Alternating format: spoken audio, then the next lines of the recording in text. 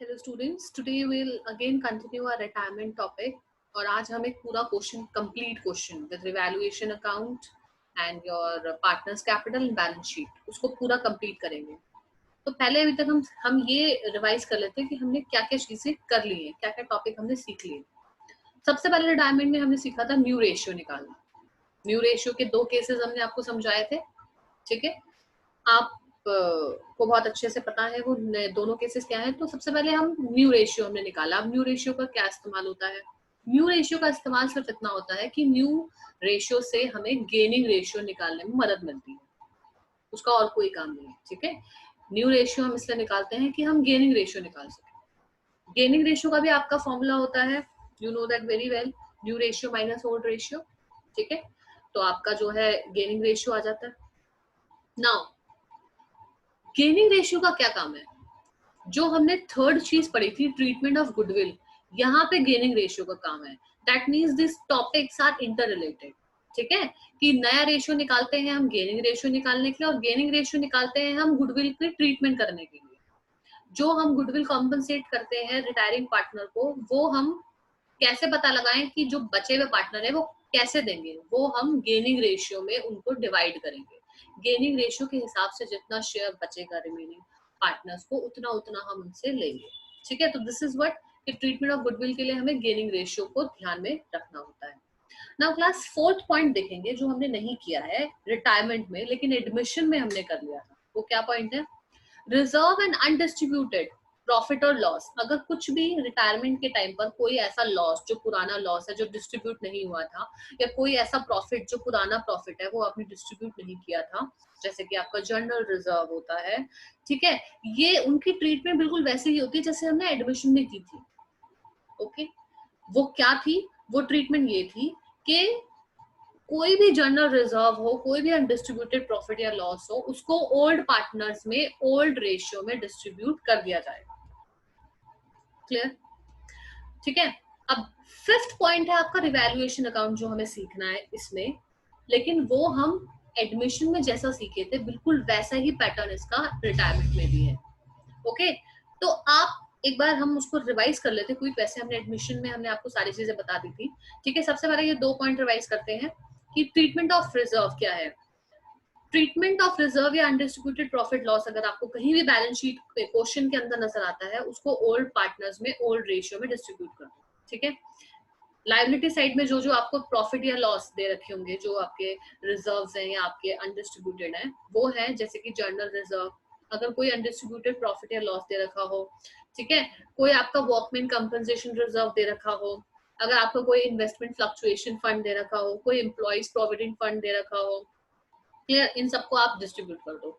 Asset side पे कोई profit loss में अगर आपको कुछ दिया हो अनडिस्ट्रीब्यूटेड, एडवर्टाइजमेंट सस्पेंस दिया हो, तो इनको आप जो है डिस्ट्रीब्यूट करते हो। और जर्नल एंट्री आपकी सिंपल ऐसी होती है, जनरल रिजर्व है तो जनरल रिजर्व डेबिट, ठीक है, profit and loss account debit, workman compensation reserve account debit, investment fluctuation account debit to old partners capital account in old ratio.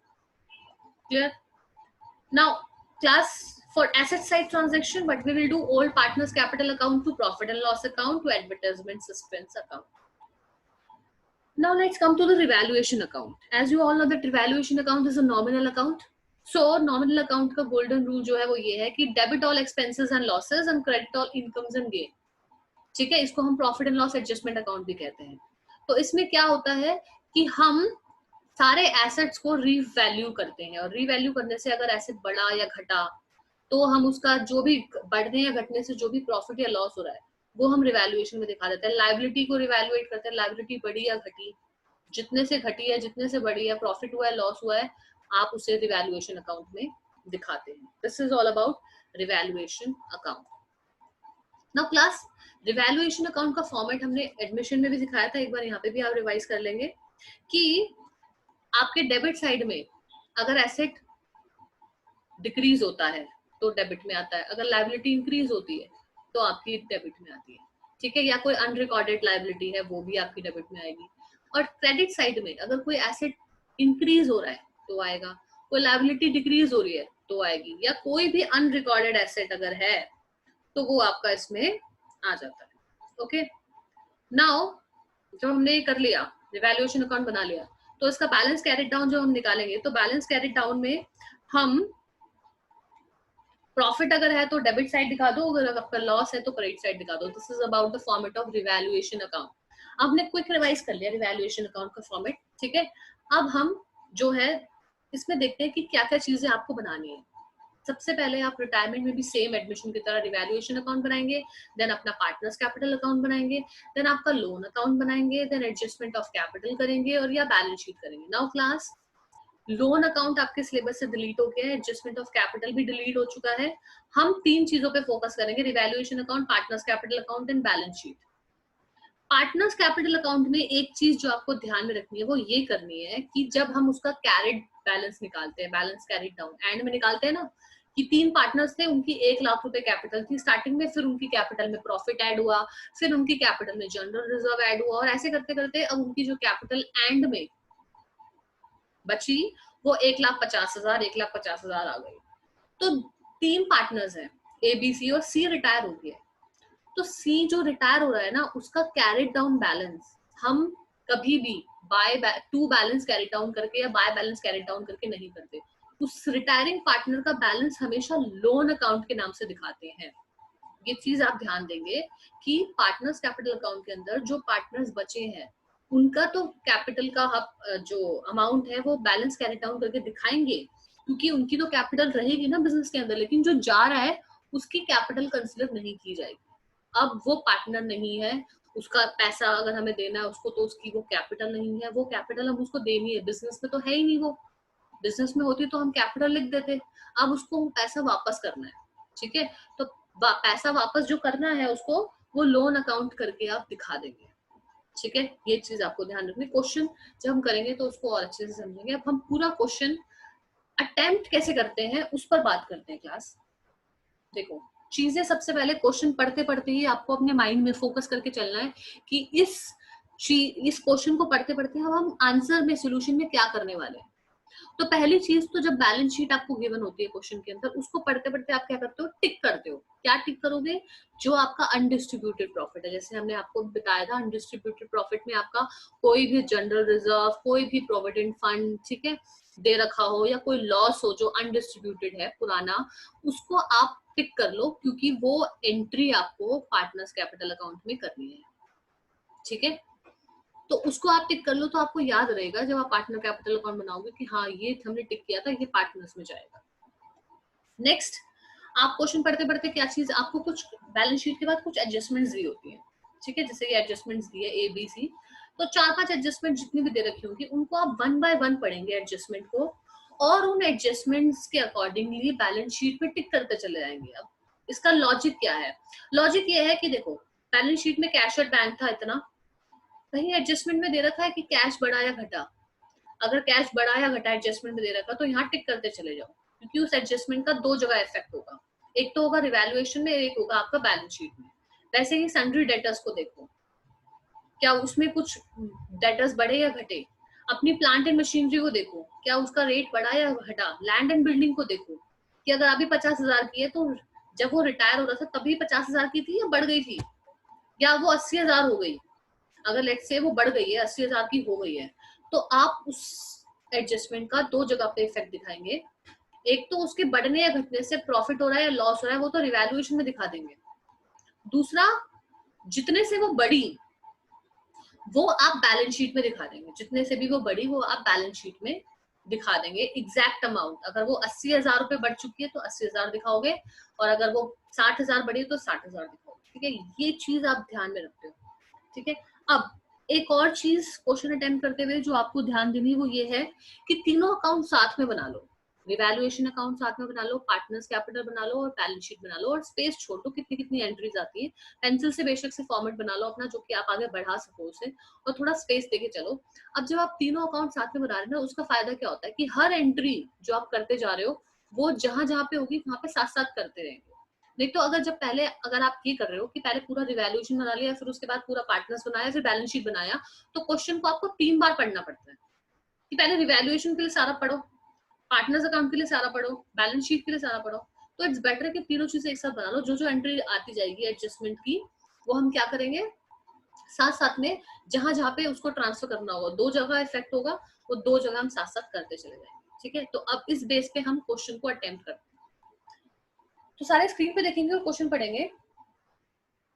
The balance sheet of X Y and Z who were sharing profits in proportion to their capital stood as follows as 31st March 2018।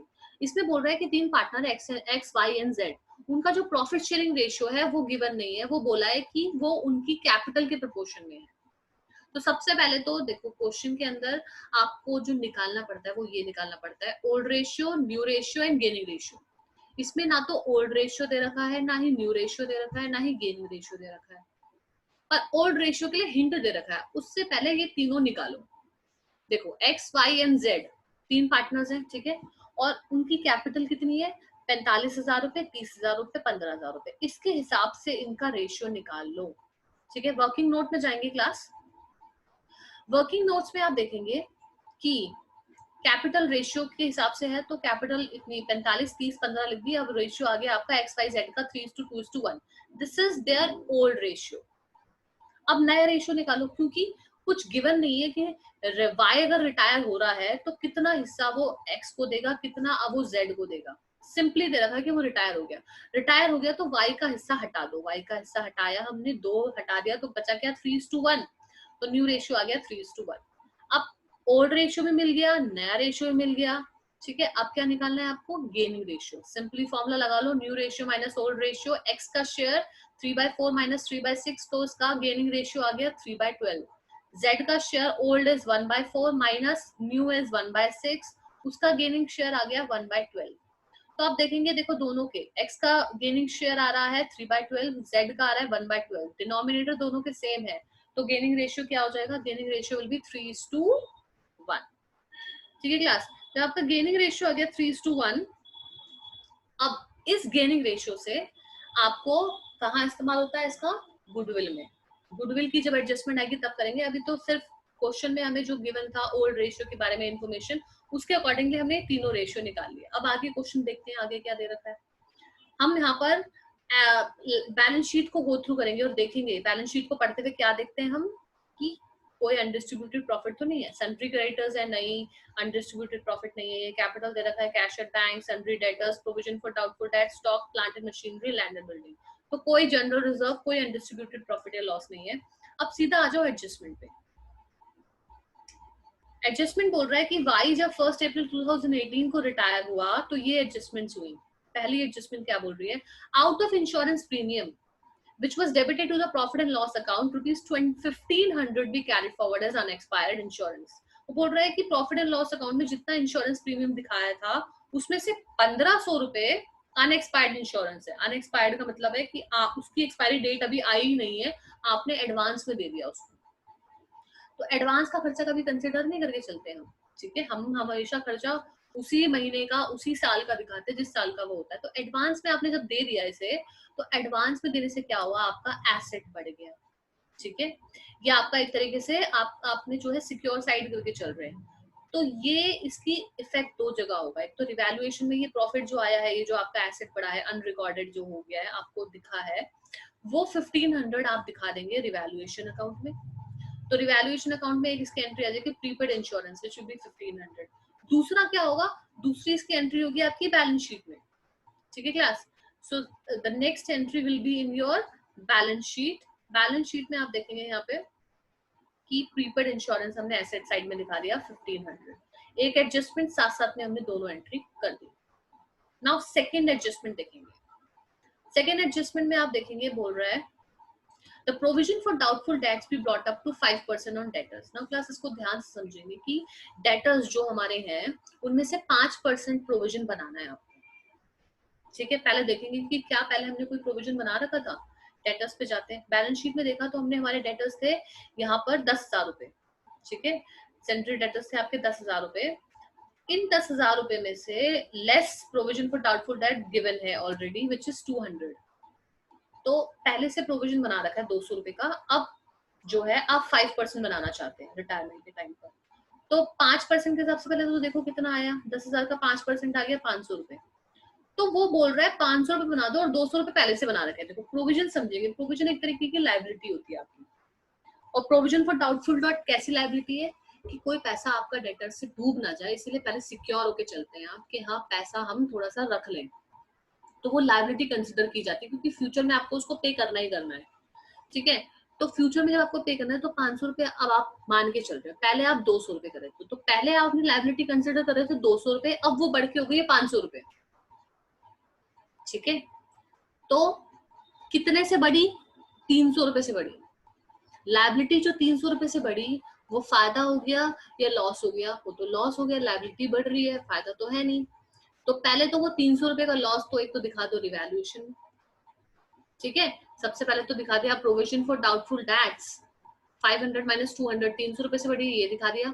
दूसरा, इसका जो दूसरा effect होगा वो होगा आपका balance sheet में। Balance sheet में आप क्या करेंगे कि अब बैलेंस शीट में जो डेटर्स में से आप 200 रुपए माइनस कर रहे थे ना, अब आप 200 नहीं करोगे, आप डेटर्स में से सीधा 500 माइनस करोगे, क्योंकि अब आपने अपनी लायबिलिटी बढ़ा दी, अब आपने बोला कि मुझे 500 रुपए करना है। ठीक है, तो 500 रुपए माइनस करेंगे, तो डेटर्स जो कंसिडर किए जाएंगे वो कंसिडर किए जाएंगे 9500 रुपीज। ठीक है, दोनों एंट्री साथ साथ हो गई। नाउ थर्ड एडजस्टमेंट एंट्री देखते हैं। थर्ड एडजस्टमेंट एंट्री कहती है आपकी land and building by appreciated by 20%। 20% से बढ़ रही है लैंड एंड बिल्डिंग। पहले देखो लैंड एंड बिल्डिंग कितनी है, क्वेश्चन में जाएंगे, क्वेश्चन में देखेंगे लैंड एंड बिल्डिंग कितनी थी 50,000, 50,000 का 20% हो गया 10,000, 10,000 से बढ़कर ये हो गई है 60,000 रुपए। तो बढ़ने से प्रॉफिट हुआ या लॉस हुआ? लैंड एंड बिल्डिंग एसेट है, बढ़ा, प्रॉफिट हो गया, प्रॉफिट दिखा दोगे डेबिट साइड में। ठीक है, सॉरी प्रॉफिट दिखा दो क्रेडिट साइड में, तो 50% का 20% प्रॉफिट आ गया 10,000 रुपए। और दूसरा, लैंड एंड बिल्डिंग का जो अमाउंट बैलेंस शीट में दिखाओगे वो आप दिखाओगे 60,000 रुपए। ठीक है, तो यहाँ पे सीधा लिख दिया लैंड एंड बिल्डिंग 60,000 रुपए, क्योंकि अब वो बढ़ चुकी है, और बढ़ी हुई कीमत ही लिखेंगे या घटी हुई, जो रिटायरमेंट के टाइम पर लैंड एंड बिल्डिंग की कीमत होगी हम वो ही लिखेंगे। नाउ फोर्थ पॉइंट देखेंगे, a provision for rupees 4,000 be made in respect of outstanding bills for repairs. कई बार होता है आपके बिजनेस के अंदर कुछ चीजें टूट फूट होती है, रिपेयर करानी पड़ती है, उन रिपेयरिंग के आउटस्टैंडिंग बिल्स के लिए आप जो है 4,000 रुपए प्रोविजन मान के चल रहे हो कि बीच में कभी भी आए तो वो खर्चा पहले से निकाल के चलो, तो ये आपकी लायबिलिटी है। अब ये लायबिलिटी आपने उस रिटायरमेंट के टाइम पर क्रिएट कर दी, जो लायबिलिटी क्रिएट कर दी, ये आपकी जो आ गई है लायबिलिटी बढ़ने से, तो वो दिखाओ किस साइड दिखाओगे? लायबिलिटी जो बढ़ती है हमारी तो डेबिट साइड आता है, तो आउटस्टैंडिंग रिपेयर्स आपने दिखा दिया, provision for outstanding repairs 4,000 rupees यहाँ पे। दूसरा, ये लायबिलिटी बैलेंस शीट पे भी सेम चले जाएगी, तो बैलेंस शीट में आप लायबिलिटी के साइड, लायबिलिटी साइड में दिखा देंगे प्रोविजन फॉर आउटस्टैंडिंग रिपेयर 4,000, दोनों तरफ एंट्री हो गई इसकी। ठीक है, अब दोनों तरफ एंट्री होने के बाद अब हम नेक्स्ट क्वेश्चन देखेंगे, नेक्स्ट एंट्री देखेंगे। ये है आपकी मेन एंट्री गुडविल की। Goodwill of the entire firm भी फिक्स्ड एट रुपीज 21,600, 21,600 रुपए की गुडविल है।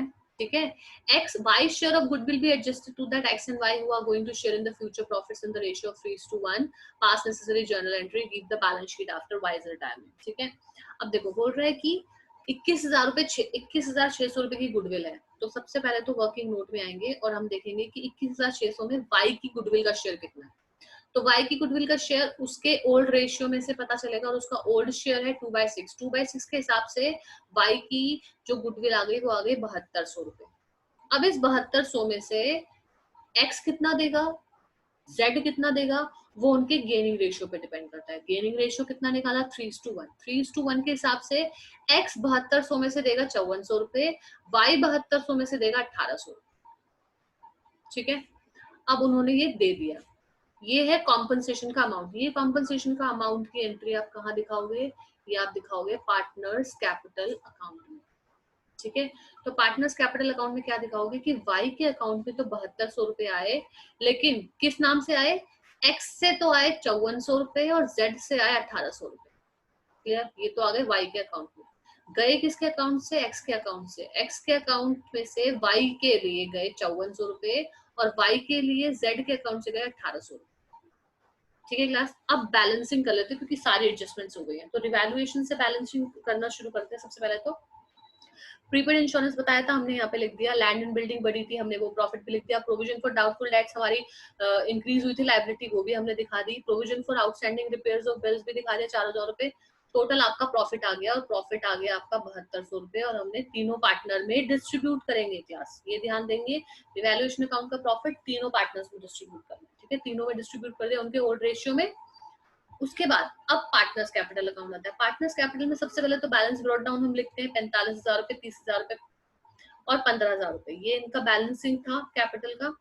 रिवैल्यूएशन अकाउंट का प्रॉफिट दे दो सबसे पहले तो तीनों को, वो दे दिया, चलो ठीक है। अब जैसे हमने ये गुडविल की एंट्री की थी कि वाई के कैपिटल में बढ़ गए, एक्स ने भी दिए 54, जेड ने भी दिए 18, ठीक है, और गया किसकी कैपिटल से, एक्स और जेड की कैपिटल से गया वाई को 5400 और 1800, वो हमने डेबिट कर दिया। अब इसकी जो बैलेंसिंग करोगे, जैसे मैंने आपको पहले भी स्टार्टिंग में बताया था, बैलेंसिंग करते वक्त जो रिटायर हो रहा है उसका बैलेंसिंग कैरेट डाउन नहीं लिखते, उसका हम लोन अकाउंट दिखाते हैं। तो y का जो बैलेंस कैरेट डाउन आएगा वो आएगा टू वाइज लोन अकाउंट, और जो x और z का आएगा वो आप सिंपली लिख सकते हो टू बैलेंस कैरेट डाउन, ठीक है, 43,200 और 14,200 जब आप इसकी कैलकुलेशन करेंगे। ओके, अब इसके अकॉर्डिंगली आप सीधा बैलेंस शीट पे आ जाओ, ठीक है। बैलेंस शीट में कैश एट बैंक में कोई चेंजेस नहीं था, सेम लिखेंगे 11,000 रुपए।